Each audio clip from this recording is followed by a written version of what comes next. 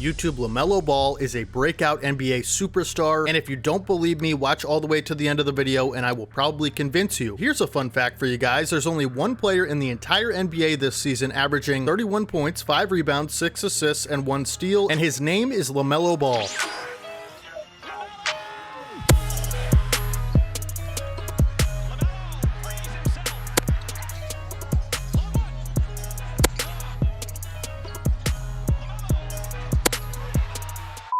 In this video, we're going to do a brief recap of LaMelo Ball's stellar season so far and why through 18 games of the regular season, it has become abundantly clear that we have a breakout superstar on our hands. And I know what you might say, D-Have, yeah, LaMelo's putting up incredible stats, and if you watch him play this season, he has been absolutely on fire. But that doesn't change the fact that the Charlotte Hornets are only 6-12 and currently the 12th seed in a struggling Eastern Conference. How can a breakout superstar have only won 6 games through 18 and be labeled as such? Don't worry about that, folks. I got you covered. I'm one step ahead of you. I'm going to answer all of your questions as to why LaMelo Ball should now be considered an NBA superstar and by far the most breakout player of this season. And another thing is, you might say, well, D-Have, LaMelo Ball already did have a breakout season. It was in 2021. He made an all-star team and the Hornets made the play-in tournament. I understand where you guys are coming from. And again, I'm already on it. I got you guys covered. Just sit back, relax, enjoy the video because it's going to be a banger. Superstar Series Episode 2, LaMelo Ball Edition. Let's get right into it, folks.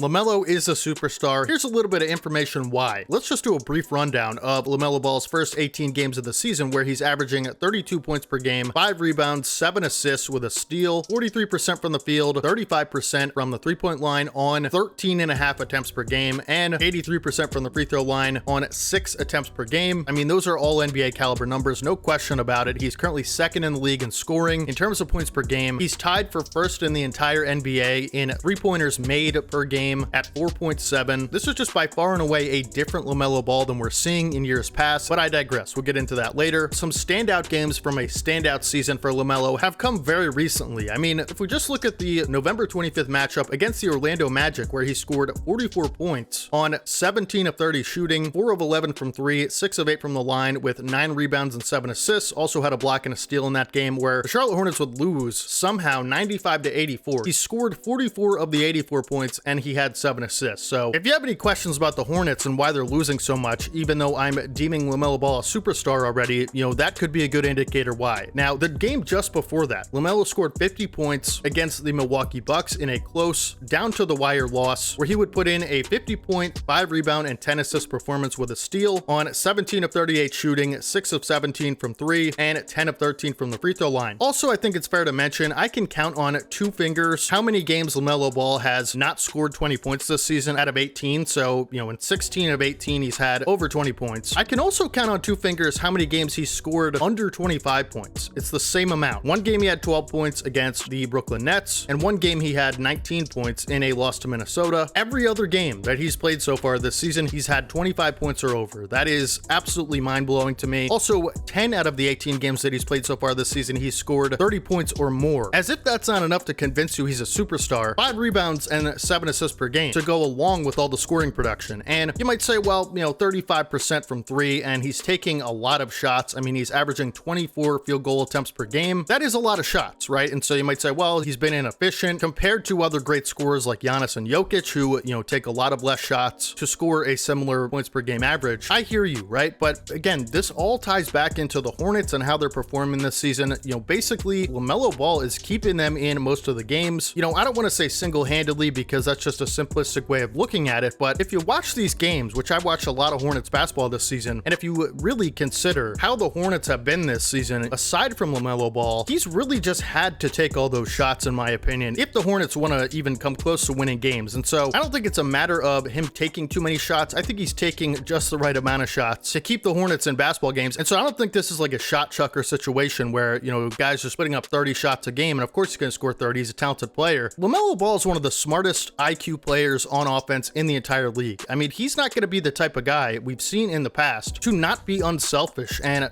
pass the basketball. I mean, this is one of the greatest IQ playmakers we have in this league. It's not even really a question. I mean, he's one of the greatest playmakers in the league, and he has been almost unselfish to a fault, I think, in years past, and really emphasizes getting his teammates involved on a level that not a lot of other point guards can. This is not the guy that historically looks to score before pass. I mean, he has been a pass-first point guard with a lot of, perimeter scoring capabilities in the past. This is not the same player we're seeing this year, and I honestly think if LaMelo Ball wasn't scoring the way he was, I'm not sure the Hornets would have 4 wins this season. I mean, they have 6 currently. I'm not sure they'd even have 3 or 2. I mean, the games that they've won, if we look down the list here, November the 6th against Detroit, they won by 1 point, and LaMelo had 25 points, 6 rebounds, 8 assists, took 23 shots, made 10 of them, took 12 threes, made 5 of them. The very next game, November the 8th against the Pacers, they had a 20-point victory. LaMelo scored 31, which is what he averages. He had 7 rebounds, 6 assists, took 29 shots, took 18 threes. I mean, November the 16th, 2024, a 1-point victory over the Milwaukee Bucks. LaMelo took a little bit less shots, but still took 20 shots and 7 threes. And, this was, 26 points, which is, I guess, kind of a low standard for him this season. 9 rebounds, 6 assists. Another overtime victory against the Detroit Pistons. LaMelo scored 35 points. He took 27 shots. So you're getting the, full picture here. None of those games he took under 20 shots. And that's just the month of November and the games they've won. You might say, well, his highest scoring production against the Magic and the Milwaukee Bucks, where he scored 44 and 50 respectively. He took over 30 shots in both of those games, and they lost both of them. Like, I get it, but again, if you're watching these games, you understand very well that he has to take all these shots to win games. And so that's kind of my point. I don't think he's just chucking up shots for stats. This is not the type of player that's done that historically, and I don't think that's the case this year. All of that aside, can we just admire some of the absolute street ball type plays that he's making this season routinely? I mean, it's almost like once a quarter he makes a play like this that I'm about to show you.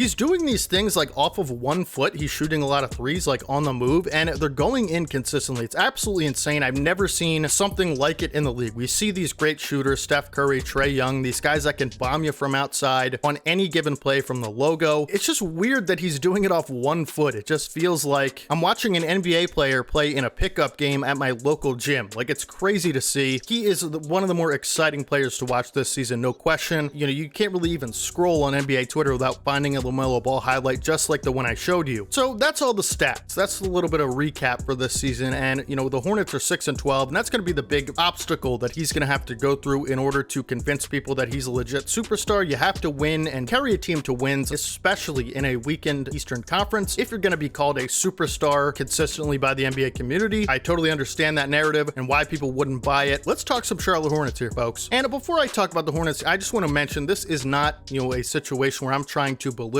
anybody on the Hornets. I'm just simply analyzing the situation as I see it. So yeah, I'm not trying to disrespect anybody, but if I'm being honest, the Hornets just haven't looked great outside of LaMelo Ball, and let's talk about that. So let's just run through a little bit of team stats and talk about some individual players that, have either been underperforming or just haven't been up to the standard that they've set for themselves in the past, which could have resulted in the Hornets, losing so many games and having to result in LaMelo Ball, basically carrying this offense, taking so many shots and putting up so many points for this team to stay in games. In order for that narrative that I've created to be true, you'd have to show evidence that not a lot of other players are stepping up offensively, and that is absolutely the case in my opinion. One of the only other players that I think is doing a fine job offensively is Brandon Miller. I think it's really kind of up to Brandon Miller and LaMelo Ball night to night to make this offense work and even stay in games, as I stated. I mean, Brandon Miller is averaging 20 points per game, 5 rebounds, 4 assists, a steal and a half per game. He's shooting 42% from the field, but the big stat for Brandon Miller is always going to be 37% from the three-point line on 10 attempts per game. I mean, that is winning type of offense right there out of Brandon Miller.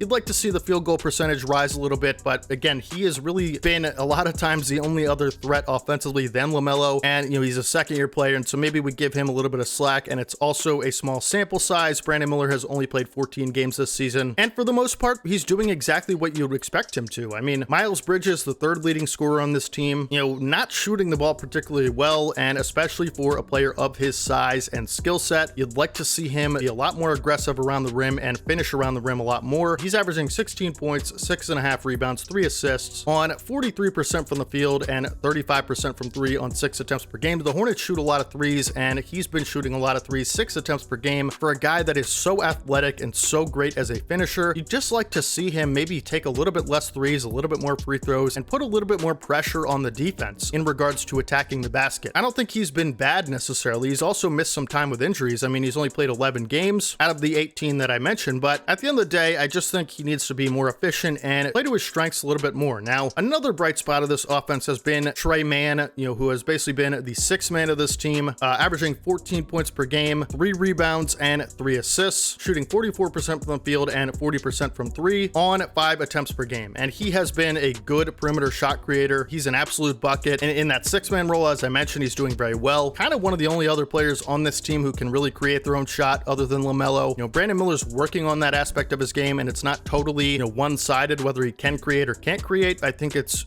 up to the matchups and, things like that. But at the end of the day, Tre Mann and LaMelo Ball are basically the primary, shot creators of this team. This is something that nobody talks about when they bring up the Hornets, and it's really, in my opinion, the catalyst of why they've been so bad. Basically, the big reason I think the Hornets haven't been playing up to what we would have expected from them going into the season. I, predicted them, as well as many others, to be a play-in team who might finish the season around 500. Their 2 centers, who are a big part of this team, haven't been healthy. I mean, Nick Richards has only played 5 games this season. He averaged a double-double in that stretch because he's a very good rim-running center, but he has not played a basketball game since November 1st, and that is no question hurting this team. The other one is Mark Williams, who hasn't played all season. This is your starting center and arguably the most important defender on this entire team. Hasn't played a game this season for the Hornets, as he is dealing with a foot injury, and it appears he might be out a little longer. And so, if those 2 guys get back healthy, I really think the Hornets have a shot to win a lot more games. They just haven't had, either of their 2 centers healthy, and they're such an important piece of this team. They're basically starting Taj Gibson at center. Not that Taj Gibson, isn't a good role player throughout his career, but at this point, I think it's fair to say he should probably be a 3rd-string center. I think he's trying his best, but at the end of the day, he's just not, quality starting center at this point, and he's had to start 7 games for the Hornets this season. Not ideal. In my opinion, that's the biggest reason that the Hornets haven't been winning games. They just have that center position, a massive hole on this team, and in turn, it's making their defense struggle a lot, in my opinion. Not only offensively, to where LaMelo Ball can get a lot of opportunities for his teammates around the rim, with Nick Richards and Mark Williams being such great lob finishers. That's contributing to LaMelo having to carry more of the offensive load when there's not a threat inside offensively at any given time, but also defensively. I mean, it just makes the game so much easier when you can protect the rim a little better, and clearly that's having an effect on this team. And so that's the big reason. Also Grant Williams, a key contributor to this team, has been ruled out for the entire season, unfortunately, with an injury. He is a rotation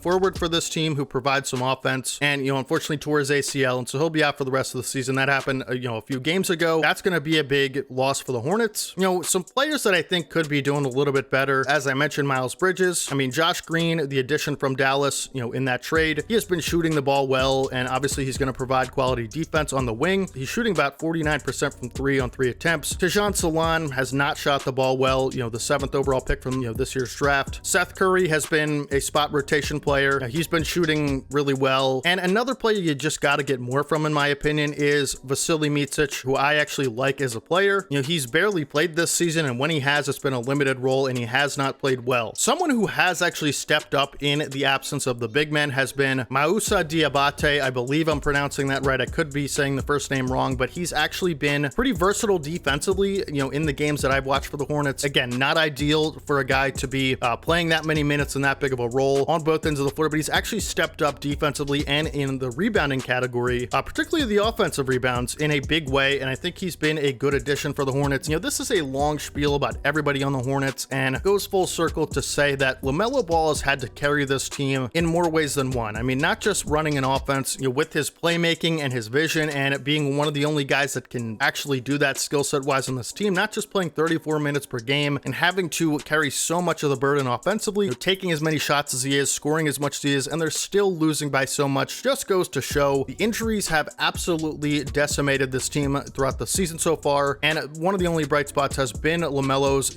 extremely breakout superstar type of season so far. But at the end of the day, until they get these centers back and until, they could just get everybody on the floor together at one time, LaMelo's gonna have to keep, doing this night in and night out to keep the Hornets into games. And I'm saying all this to say, this is just not his fault why they're losing. He just can't do much more offensively, and you're never gonna ask him to be the best defender on the perimeter on the other end. And so what else more would you like for him to do for this team to win games? I'm not so sure. If you watch a lot of these games, one game against my 76ers stands out where he basically hit a circus shot to send him to overtime, and it was just kind of him and his efforts that kept him that far. They ended up losing that game. And then another game against Milwaukee recently where, he basically led a final comeback, within the last few minutes, kept it interesting, but he just didn't get much from anybody else. And that's kind of a theme I'm seeing throughout the season is for the people that say that he has to win more games, like what else would you like for him to do other than score 31 a game and basically keep his team in every single game he's in offensively? Not only that, missing like half of his rotation with injuries on any given night, and in particular, your best defensive player and, two of the primary offensive threats on the interior. I mean, there's no question you're going to lose games in this league. I don't care if he scores 50 a night. I mean, they're going to lose. And so the winning is just not something that I'm worried about with this, me calling him a superstar. It just has nothing to do with the winning right now through 18 games. He can't be everybody. You know what I mean? And so I challenge you, watch some Hornets basketball and tell me that this guy isn't playing like a superstar. He shouldn't be in an all NBA team this season. Isn't one of the most dynamic offensive players, in the entire league, maybe top 5 this season the way he's playing. I want you to go watch Hornets basketball and tell me that. I don't think you can. Tell me that the losing is his fault and to be a superstar, you have to win more games. Go watch the games. Go watch the stuff that's available to you. You will not agree with that take, This is me just saying LaMelo Ball is a superstar. Here's why, and all the narratives against it, I basically tried to debunk. I don't know that I did the best job of that, but that's kind of the point of the video. This is going to be a series on the channel, a superstar or star series. We already did one for Jared McCain. That was going to be, episode 1 or Jared McCain edition. This is LaMelo Ball edition, and this has been LaMelo Ball is an NBA superstar having a breakout season in 2025 for the Charlotte Hornets. And this, I hope I explained it in this video. If you want to see more videos in this series like this, make sure you guys leave a like down below. It is the best way for me to tell you enjoy a particular video or series. And so I'm definitely going to continue the series, but just a little bit of extra motivation would be leaving a like on the video. If you guys did enjoy it, make sure you guys subscribe to the channel to see more videos just like this. I'm going to put so much heart and soul into each video like I always do, and we will upload several throughout each week. Season, off season, I try to take a good objective analysis into each topic that I'm covering, and if something's interesting to me, I'm going to cover it, and so you don't even have to worry about it. Let me know down in the comment section whether you agree with my take or not, whether LaMelo is a superstar officially or not. Is this a breakout season? I happen to think so. You could say 2021 for sure, but I just didn't know LaMelo had this in him. I thought what he was in 2021 and a couple of years had the injuries and stuff like that, but I always thought that was around his peak. I thought there could be room for more scoring and more efficiency. Just the way he's doing it from the field this year is just absolutely mind-blowing. If you watch this guy play, it's on another level of like street ball type play that it's just so fun to watch. And so hopefully you guys enjoy it, LaMelo, this season as much as I have. I'm actually rooting for the Hornets. I like them quite a bit, and even though I am a Sixers fan, there's not much to root for here. And so sometimes as a fan you have to cope by picking other teams to cheer for in kind of a passive way throughout the season, and I'm hoping the Hornets a lot of success. Obviously I want my Sixers to do better first, but they're my main priority, but I gotta cope somehow, right? And so I root for the Lakers on the West Coast because of LeBron. I'm a huge LeBron fan, and I pick my kind of underdog up and coming teams like the Hornets and stuff like that. So anyways, hopefully you guys enjoyed the video. Leave a like, subscribe, comment down below what you think. Make sure you guys do subscribe with notifications turned on. We're on the road to 15K, and I would love to have you a part of the community, Dehave Nation. And other than that, I hope and pray for you guys that you watch as much Hornets as I am, because they're so exciting, and particularly LaMelo as the breakout superstar. And I hope you guys have a fantastic rest of your day today. Hopefully you guys had a great Thanksgiving if you celebrate here in America, and if you're not from America, hopefully you guys had a great Thursday as well. I know I did, and I will catch you guys in the next one. LaMelo Ball's a superstar, I'm telling you. This is your boy D-Haven, as always. Peace.